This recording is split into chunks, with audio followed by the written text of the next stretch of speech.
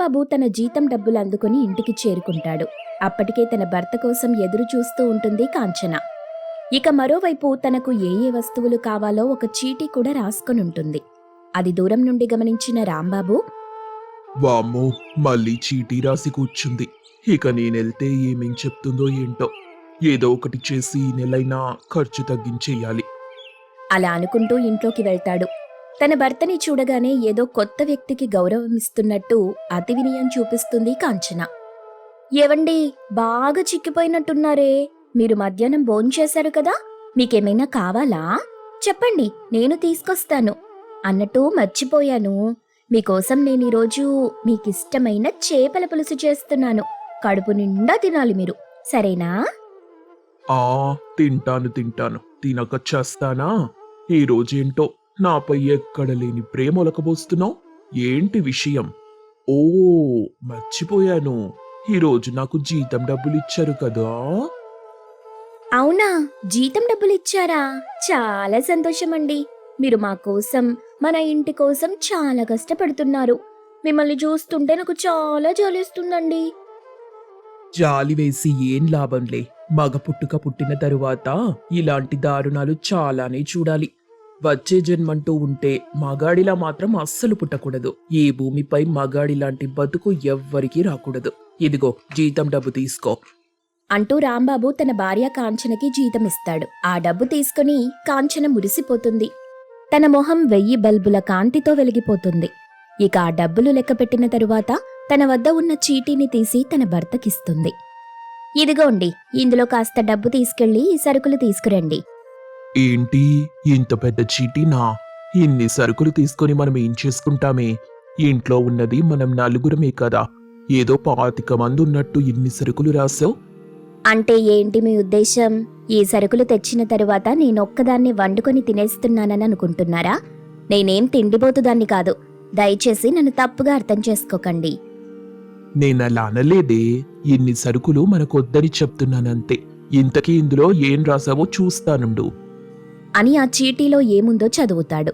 అన్నీ 2 కిలోలు రాసిపెట్టింది. అది చూసి రాంబాబు షాక్ అయ్యాడు. అన్నీ 2 కిలోలు రాసావేంటే? మనకు 1 కిలో అయితే సరిపోతుందిగా. ఈ నెలలో దీపావళి పండుగుంది కదా, మన ఇంటికొకవేళ చుట్టాలొస్తే వాళ్ళకింకొన్ని సరుకులు కొనాల్సుంటుంది. ఆ సమయంలో కొనడం కన్నా ఇప్పుడు కొనటం ఎంతో మేలు. అందుకే ఇన్ని సరుకులు రాశాను. అయ్యో దేవుడా, మగాడికి శత్రువులు ఎక్కడో ఉండరు. ఇదిగో పెళ్ళాల రూపంలో ఇంట్లోనే ఉంటారు. సర్లేవే, ఎలాగోలా ఈ సరుకులు తీసుకొస్తాన్లే. రాత్రికి చేపల పులుసు చేస్తున్నావుగా? చేస్తున్నానండి. మీకిష్టమైన కూరని నెలలో ఒక్కరోజైనా తినాలి కదా. మగాడికి జీతం డబ్బులు తెచ్చిచ్చిన రోజే నిజమైన స్వాతంత్రం. మిగిలిన రోజులంతా గొడ్డులా కష్టపడాల్సిందే, బానిసలాగా బ్రతకాల్సిందే. ఈ ప్రపంచంలో స్వేచ్ఛ లేని ఏకైక జీవి మగాడు మాత్రమే. ఈ మాటలకేం తక్కువ లేదు. వెళ్ళండి, వెళ్ళి ఆ సరుకుల పనేదో చూడండి అంటూ కాంచన తన భర్త రాంబాబుని పంపిస్తుంది. ఇక అక్కడి నుండి వెళ్తున్న రాంబాబు వద్దకి తన తల్లి కాంతమ్మ, తండ్రి రంగయ్యలొస్తారు. రాంబాబుని చూసి నవ్వుతూ, ఏరా, నీ భార్యకి ముడుపులు చెల్లించావా? ఇక ఆ డబ్బుల్ని ఖర్చు చేసే వరకు నిద్రపోదుతను. ఒరే నాన్నా, ఈ నెల నాకు మందులు అవసరమవుతాయని నీకు తెలుసు కదా. తెలుసు నాన్నా, అందుకే జీతం డబ్బుల్లో నుండి కొన్ని డబ్బులు దాచిపెట్టాను. తీసుకోండి, ఈ డబ్బుతో మీకు కావలసిన మందులు కొనుక్కోండి నాన్నా. సంతోషం బాబు. అలాగే ఈ నెల దీపావళి పండుగ కూడా ఉంది కదా, కొత్త బట్టలు కొనిస్తావు కదా. నాకు కొనకపోయినా పర్వాలేదు, మీ అమ్మకి ఒక పట్టు చీర కొనివ్వరా? ఆలోచిస్తానులే నాన్నా అంటూ రాంబాబు ఇంట్లో నుండి బయటకొచ్చేస్తాడు. అలా వస్తున్న రాంబాబు మొహం బాధతో మిగిలిపోతుంది. మౌనంగా అక్కడి నుండి కాస్త దూరం వచ్చి ఓ చెట్టు కింద నిల్చొని వెక్కి వెక్కి ఏడుస్తాడు. దేవుడా, నాకొచ్చే జీతం కొంత, ఇంట్లో వాళ్ళు కోరుకునేది కొండంత. నేనేం నేరం చేశాను తండ్రి? నాకంటూ ఎవ్వరూ లేరనిపిస్తుంది. నాకు ధైర్యం చెప్పి భుజం తట్టేవాళ్లు లేరు, సాయం చేసేవాళ్లు లేరు, కనీసం నా బాధలు విని నన్ను ఓదార్చేవాళ్లు లేరు. నాకు నేనే మిగిలిపోయాను, ఒంటరిగా అయిపోయాను. అలా అనుకుంటూ బాధపడుతున్న రాంబాబుని చూసి అటుగా వెళ్తున్న రంగా గమనిస్తాడు. రంగా ఒక పిచ్చివాడు. ఆ ఊళ్ళో రంగాని ఎవ్వరూ పట్టించుకోరు. ఊళ్ళో చెట్ల కింద పడుకుంటాడు. అలాగే ప్రతి పూట ఏదో ఒక ఇంటికెళ్ళి అన్నం అడిగితే వాళ్ళన్నం పెడతారు. అలాంటి రంగా రాంబాబుని చూసి నవ్వుతూ, ఒరే రాంబాబు, భలే ఏడుస్తున్నావు కదా, ఇంకా ఏడు, ఇంకా ఇంకా ఏడవాలి. రే పిచ్చోడా, వెళ్ళరా ఇక్కడ నుండి, నా దగ్గర పిచ్చి వేషాలెయ్యకు. అలా రాంబాబు అనగానే రంగాకి కోపం వస్తుంది. వెంటనే పక్కనే ఉన్న కర్ర తీసుకుని రాంబాబుని చిత్తగొట్టాడు. రాంబాబు వద్దని చెప్తున్నా ఇష్టం వచ్చినట్టు కొట్టడంతో రాంబాబు పరుగు తీస్తాడు. అలా వెళ్తూ వెళ్తూ ఒక లోయలో పడిపోతాడు. కళ్ళు తెరిచి చూసేసరికి ఇంట్లో ఉంటాడు. తన పక్కన కాంచన ఏడుస్తూ ఉంది. ఆ దిక్కుమాలినోడు నా మొగ్గుర్ని కొడతాడా, దరిద్రపు వెదవ. ఇప్పుడు ఆయన ఒంటి నిండా దెబ్బలకి కట్లు కట్టుకొని ఇలా కూలబడిపోయాడు. ఆయన ఇంట్లో ఉంటే ఇప్పుడు ఇల్లెలా గడుస్తుంది. నా బాధ ఎవ్వరికీ అర్థం కాదు. ఒరే నాన్న, దెబ్బలు బాగా తగిలాయేంట్రా? చూస్తుంటే కనిపించట్లేదే నీకు? పాపం, వాడెలా కొట్టాడో చూడు. పైగా ఆ లోయలో పడ్డ తరువాత ఇంకొన్ని దెబ్బలు తగిలినట్టున్నాయి. అవి కనబడని దెబ్బలే. ఈ దెబ్బలు తగ్గడానికి ఇంకా 3 వారాలు పట్టేలా ఉంది. అంతవరకు మీరు పనికెళ్లరు. ఇప్పుడు నేనేం చేయాలో అర్థం కావట్లేదే. అలా అనుకుంటూ కాంచన అక్కడి నుండి వంటగదిలోకెళ్ళింది. అప్పుడే తనకు టపాసుల శబ్దాలు వినిపిస్తాయి. ఇంటి బయటకొచ్చి చూస్తే కొంత దూరంలో ఓ చిన్న పిల్లాడు టపాసులు కాల్చుతూ ఉంటాడు. అప్పుడే కాంచనకి ఒక మంచి ఐడియా వచ్చింది. దీపావళి పండుగ దగ్గరలోనే ఉంది. ఇప్పుడే అందరూ టపాసులు కాల్చటం మొదలెట్టేశారు. చాలామంది టపాసులు కొంటారు. కాబట్టి ఈ పండుగని నేను నాకు అనుకూలంగా మార్చుకుంటాను. టపాసులు అమ్ముతాను. ఇప్పుడున్న పరిస్థితిలో నాకున్న అవకాశం ఇదే. అలా కాంచన అనుకుంటూ ఇంటి బయటకి నడుస్తుంది. ఇక ఆవేశంగా వెళ్లిన కాంచన ఆ రోజు రాత్రికి ఇంటికొస్తుంది. వస్తూ వస్తూ తనతో పాటు చాలా టపాసులు తీసుకొస్తుంది. ఆ టపాసులు చూసిన కాంతమ్మ, రాంబాబు షాక్ అవుతారు. ఏంటే నువ్వు? నాకిలా అయితే నువ్వు టపాసులు కాల్చుతావా?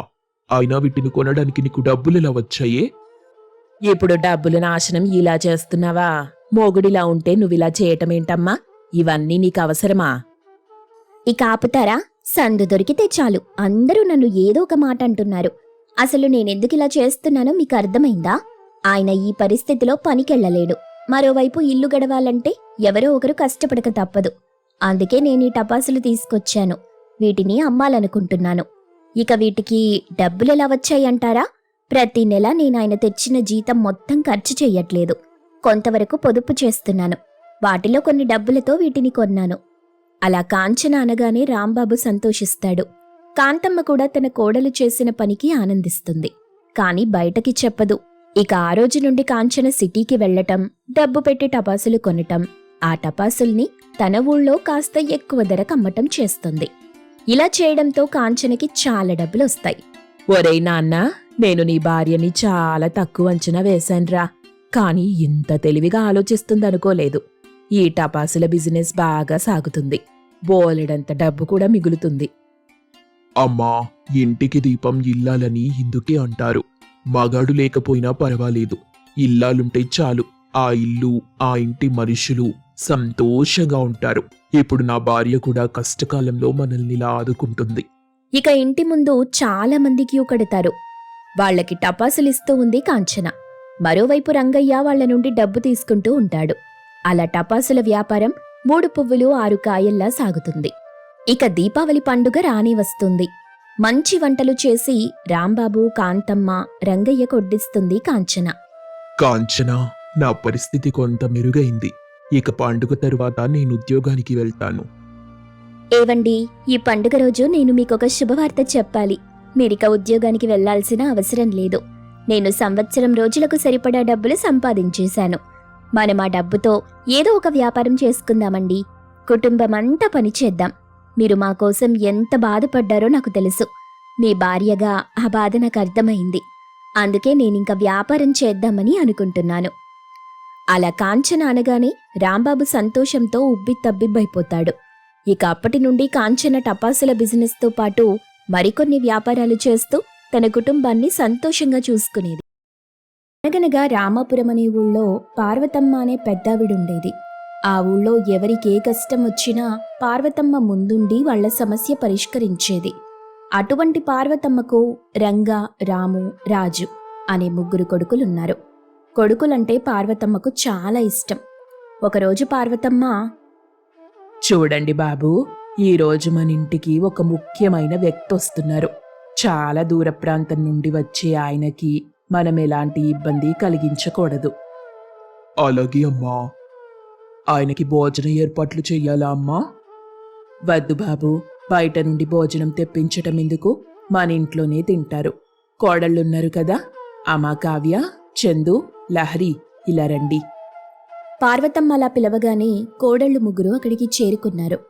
తమ అత్త ఏం చెప్తుందా అని ఎదురు చూస్తున్నారు. ఇంతలో పార్వతమ్మ, చూడండమ్మా, మన ఇంటికి ఒక అతిథి రాబోతున్నారు. ఆయన కోసం కమ్మని వంటలు చెయ్యాలి. అలాగే అత్తయ్యా, నేను చేసే పప్పుచారు ఆయనకి చాలా నచ్చుతుంది. అయితే నేను చికెన్ ఫ్రై చేస్తాను. నేను రోటీలు చట్నీ చేసి పెడతాను. మీరేమైనా చెయ్యండి, కానీ ఆయన దగ్గర మాత్రం నాకెలాంటి చెడ్డ పేరు రాకూడదు. అలా పార్వతమ్మ తన కోడళ్ళకి మరీ మరీ చెప్పింది. ఇక మరుసటి రోజు ఆ ఇంటికి చేరుకుంటాడు రాంబాబు. చాలా దూరం నుండి వచ్చావు రాంబాబు, బాగా అలసిపోయి ఉంటావు. కాస్త విశ్రాంతి తీసుకో. స్నానాలయ్యాక భోజన సమయంలో కలుద్దాం. అమ్మగారు, మిమ్మల్ని చూశాక నాకు చాలా ఆనందం వేసింది. ఇక నేను బయలుదేరుతాను. కేవలం మిమ్మల్ని చూద్దామనే నేను ఇక్కడికి వచ్చాను. ముందు విశ్రాంతి తీసుకో, మనం మళ్ళీ కలుద్దాం. అన్నీ తిరిగ్గా మాట్లాడుకుందాం. భోజనం చేశాకే నువ్వు ఇక్కడి నుండి వెళ్ళాలి, సరేనా? అంటూ పార్వతమ్మ అక్కడి నుండి వెళ్ళిపోతుంది. ఇక స్నానాలన్నీ ముగించుకొని భోజనానికొస్తాడు రాంబాబు. పార్వతమ్మ పక్కన ముగ్గురు కొడుకులు కూర్చొని ఉంటారు. వాళ్ల ముందు రకరకాల వంటకాలుంటాయి. అలా చూస్తూనే ఉంటావా? కూర్చో, తిందువు. అయ్యో అమ్మా, ఇన్ని తినలేను. నేనొక్కడినే ఇన్ని వంటకాలు ఎలా తింటాను చెప్పండి. అమ్మా, ఈయన చాలా మొహమాట పడుతున్నారు. తినే చోట మొహమాటం ఉండకూడదండి. కడుపు నిండా తినాలి. అదే కదా జీవిత పరమార్థం. అరే, మీరు బాగా మాట్లాడుతున్నారే. కానీ బతకడం కోసం తినాలి గాని తినడం కోసమే బతికితే ఎలా చెప్పండి? అయినా నా వల్ల అయినంత వరకు తింటాను. అలా తినటం మొదలెట్టాడు రాంబాబు. అప్పుడే వెనక వైపు చూశాడు. ముచ్చటగా 3 ఇళ్ళు. వాటిని చూసి ఆశ్చర్యపోయాడు. ఏంటమ్మా, ఈ 3 ఇళ్ళు ఎవరివి? చూస్తుంటే అన్నీ మీవిలాగే ఉన్నాయి. మరి ఇంట్లో తినకుండా ఇలా ఇంటి బయట అందరూ కలిసి తింటున్నారే. చూడు రాంబాబు, పుట్టేటప్పుడు మనం ఏమీ తీసుకురాలేము, అలాగే చచ్చేటప్పుడు కూడా ఏం తీసుకుపోలేము. మధ్యలో వచ్చే ఈ ఆస్తి అంతస్తుల గురించి మనకెందుకు చెప్పు? ఇవి నా కొడుకుల ఇళ్ళు. ముగ్గురికి ఒక్కో ఇళ్ళు కట్టించాను.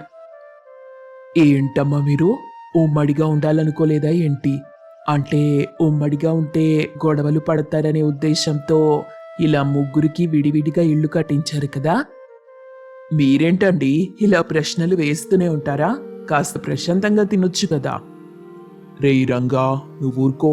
ఆయన తింటున్నారు కదా. రాంబాబు, నీ నోటి నుండి ఇలాంటి ప్రశ్నలు వస్తాయని నాకు తెలుసు. మీ నాన్నగారు ఉత్తరం రాస్తూ నీ గురించి అన్ని విషయాలు చెప్పారులేవయ్యా. ముందు తిను, తర్వాత నీకన్నీ చెప్తాన్లే. అలా పార్వతమ్మ అంటుండగా వాళ్ళకి కాస్త దూరంలో ముగ్గురు కోడళ్ళు వంట చేస్తూ కనిపిస్తారు. అది చూసి రాంబాబుకి మరోసారి సందేహం కలిగింది. అదేంటి పార్వతమ్మ గారు, మీ కోడళ్ళు ముగ్గురు ఒకేసారిలా వంటలు చేస్తున్నారు? అది కూడా ఇళ్లలో కాకుండా ఇంటి బయట వంట చేస్తున్నారు. కొంపదీసి ఈ ఇళ్ళు మీవి కావా? అబ్బబ్బబ్బబ్బా, ఈయనకి నోరు కాస్త ఎక్కువగానే ఉన్నట్టుందే. ఒక్క నిమిషం కూడా కుదురుగా ఉండట్లేదు. అది కాదు బాబు, ఏదో సందేహం కలిగింది, అడిగానంతే. సందేహాలన్నీ నీ బుర్రలోనే ఉన్నట్టున్నాయే. ముందు తినండి, తర్వాత తీరిగ్గా మాట్లాడుకుందాం.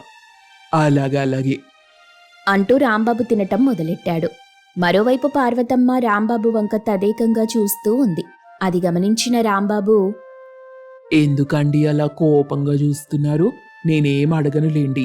నేను అప్పుడే చెప్పాను మిమ్మల్ని చూసి వెళ్ళిపోతానని. కానీ మీరే వినిపించుకోలేదు.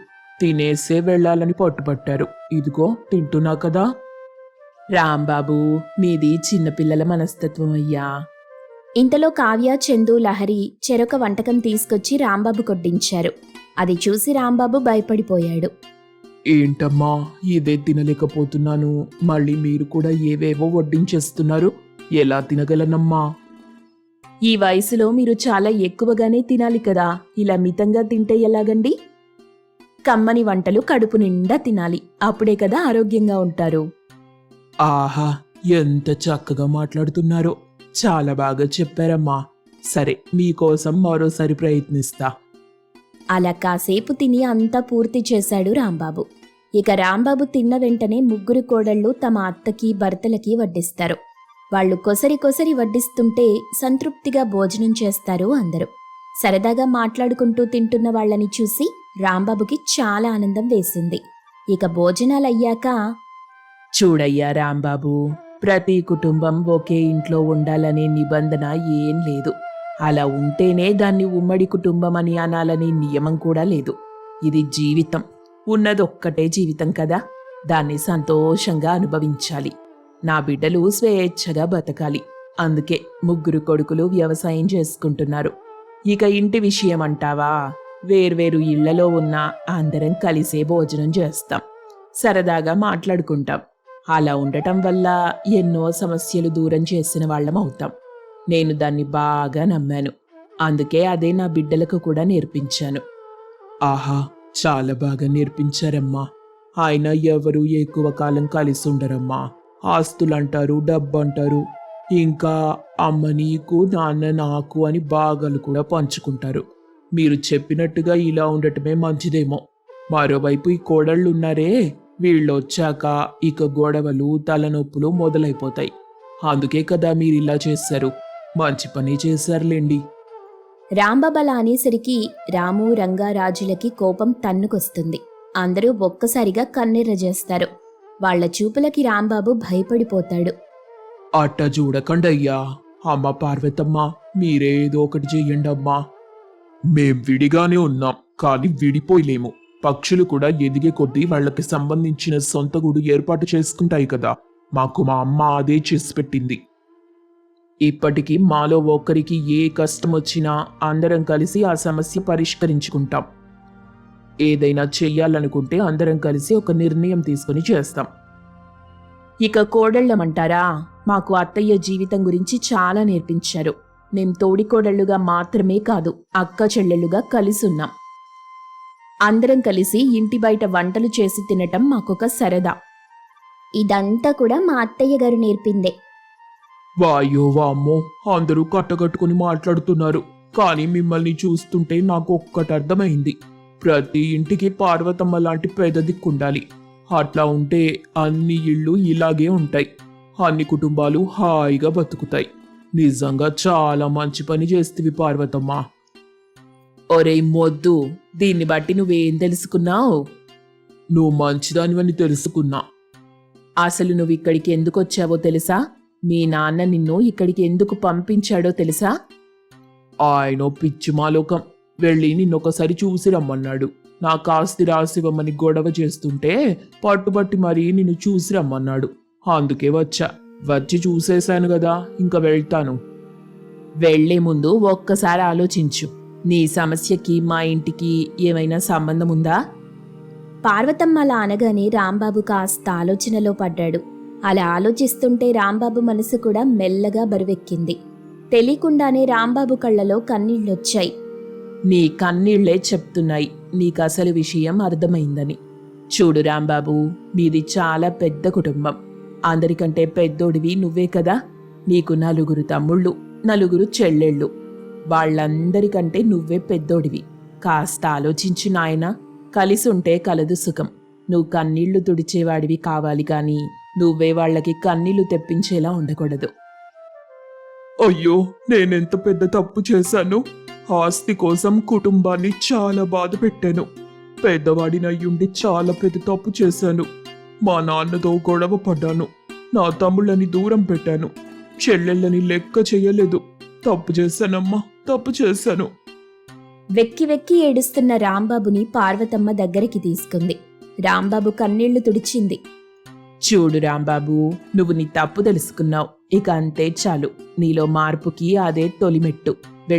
వెళ్ళి నీ కుటుంబంతో సంతోషంగా ఉండు అని పార్వతమ్మ ఆమె కుటుంబమంతా రాంబాబుకి వీడ్కోలు చెప్పారు.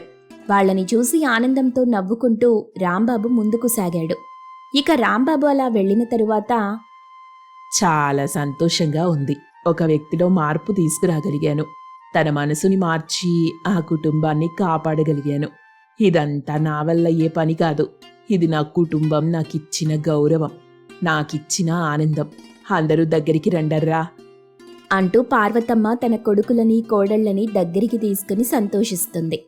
పార్వతమ్మని చూసి అందరూ ఆనందిస్తారు.